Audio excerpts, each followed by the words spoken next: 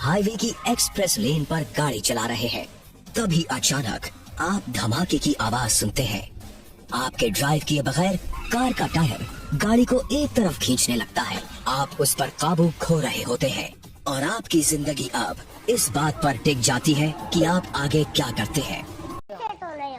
आइए देखें टायर फटने पर कैसे जिंदा बचे। टायर फटने के हालात तब पैदा होते हैं जब टायर में एयर प्रेशर तेजी से कम हो जाता है। इससे आप गाड़ी पर काबू खो सकते हैं और ये किसी खतरनाक हादसे की वजह बन सकता है। भारत सरकार की ministry for road transport and highways की 2014 की एक रिपोर्ट के अनुसार भारत में टायर फटने से कुल 9,748 हादसे हुए, समझ रहे हो ना, जिनमें 3,371 लोगों की मौत हो गई और 9,081 लोग बुरी तरह घायल हो गए। गाड़ियों से बढ़ते ट्रैफिक में सालाना 10% की बढ़ोतरी की वजह से आप सोच सकते हैं कि ये आंकड़े अब क्या होंगे, लेकिन आप उनमें से एक नहीं होने जा रहे हैं।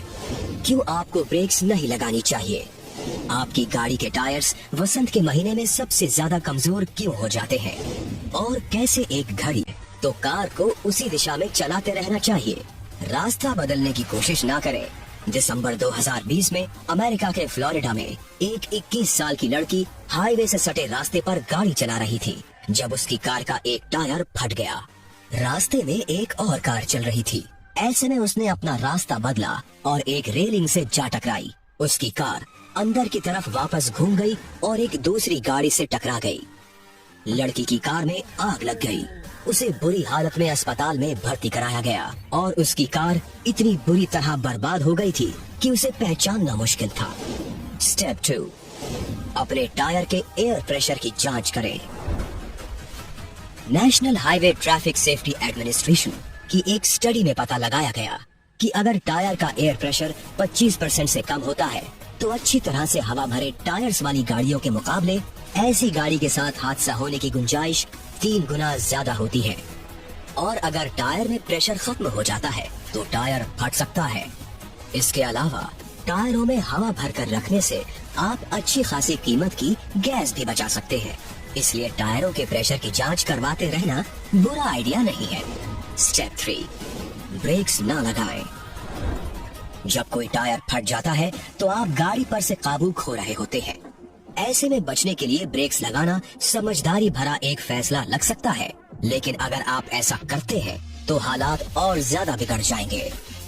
टायर फटने पर ब्रेक्स लगाने से कार पलट सकती है।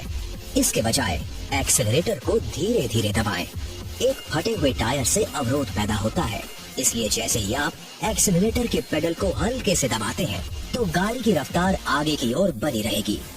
एक बार जब आप कार पर दोबारा काबू पा लेते हैं तो आप एक्सेलरेट करना बंद कर सकते हैं। स्टेप 4, टायर को संभालें।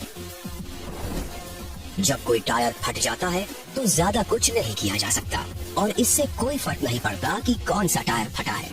फर्क ये हो सकता है कि आप कैसा महसूस करेंगे। आगे का कोई टायर फटने पर गाड़ी के स्टीयरिंग में ज्यादा दबाव महसूस होगा, वहीं पिछला टायर फटने पर उसका असर गाड़ी की सीट या बॉडी में महसूस होगा। लेकिन चाहे कोई भी टायर फटे, आपको कार पर काबू पाने के लिए स्टीयरिंग व्हील को कसकर पकड़ना होगा।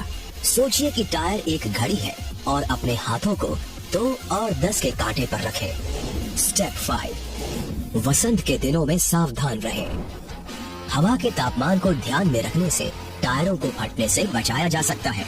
जब मौसम बदल रहा होता है, खासकर सर्दी से गर्मी की ओर, तो ये टायरों पर बुरा असर डाल सकता है। ठंड में टायर्स पंचर हो सकते हैं, जो आपको उनके फटने के जोखिम में डालते हैं। आपको टायर के रखरखाव को नजरअंदाज नहीं करना चाहिए, खासकर जब वसंत का मौसम नजदीक हो। हादसा होने ही वाला था, लेकिन आपने संभाल लिया। मगर बदकिस्मती से सिर्फ यही एक हादसा नहीं है जो आपकी कार के लिए खतरा बन सकता है। क्या आप जानते हैं कि अगर आपकी गाड़ी के ब्रेक